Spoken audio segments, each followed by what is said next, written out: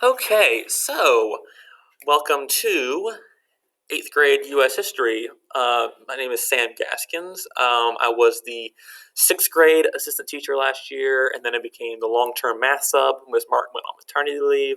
Then I became her assistant teacher for a while, and I became the 6th grade lead math teacher, the 7th grade lead math teacher.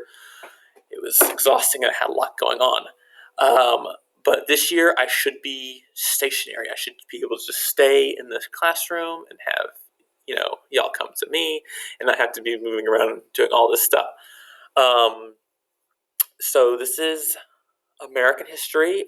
A little bit about myself. I graduated from Seacoast in 2014. I went through here kindergarten through 12th grade. So I had Miss Barton as my art teacher, elementary all the way through high school. I had Dr. Brooke as my principal from 7th grade up. So we've all been here a while. I've definitely been here a long time. I'm really excited to be back. Um, it's fun teaching at your old school because you get to like go all the places that you couldn't go when you were a kid. You're like, oh, we go just teach your bathroom and go into the supply closet and stuff like crazy stuff like that. But it's fun being back and seeing everyone and teaching. So for this class, I'm not really requiring too many supplies. Really, the only thing I would think, because we in theory have those Chromebooks, so hopefully we can use those to do a lot of assignments to submit directly to Google Classroom. But if not, I would think what I would need for a history class, and all I need is a blue or black pen. You can write in a pencil. I don't particularly care. I don't think you can see pencil as clearly as a blue or black pen, so I would suggest blue or black pen. And it has to be a blue or black pen because I have somewhere around here a huge pack of multicolored pens that I got over the break, and I'm going to be grading in multicolored pens. And I don't want to look like I love that you love writing in pink and fuchsia and all that, but I have even prettier pens, and I don't want us to get confused with who's writing what.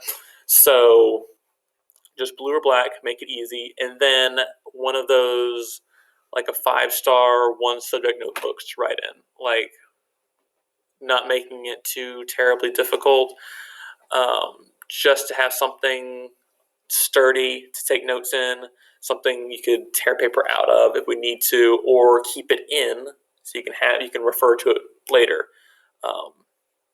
I think that will be helpful. So just blue black pen, notebook.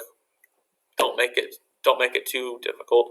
The grading is going to be heavy loaded homework classwork. So 40% of the grade is going to be homework classwork, meaning I don't like to give homework. So the work we do in class, if it not get done, then it becomes homework. So they're really the same thing. I just count them in the same category. 40%. Tests are 30%, and quizzes are 20%. I'm going to let you know how that's going to work.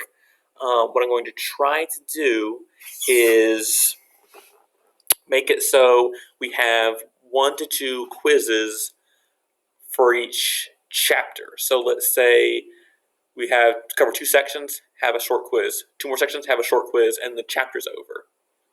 Or maybe if we only cover 3 sections, just have 1 quiz over all that. So the idea is we have just quizzes on each chapter, and the tests don't come in until maybe the end of a unit or the end of a certain period in time, let's say like a couple of chapters, maybe 3 chapters, and have a test over that material. So you are tested on the absolute need to know from those sections. But we have quizzes for each chapter so we can check your progress as we move along. That's not weighted as much. So you don't miss the small details and get counted off for it. The tests count more, and they're going to be just the basic information you need to know, not the little details. And then 40, 30, 20 leaves 10%.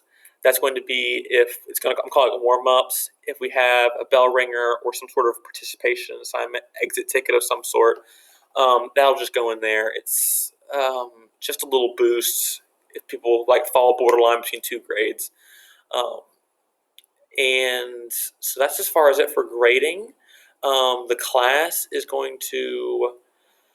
I I like the textbook. It's not my favorite, but I like the textbook. It's dense with information, which is the one thing I don't like. We're gonna have to spend a lot of time learning the fine skill of scanning paragraphs and finding the main ideas and some of the nice important detail because it's a lot to read.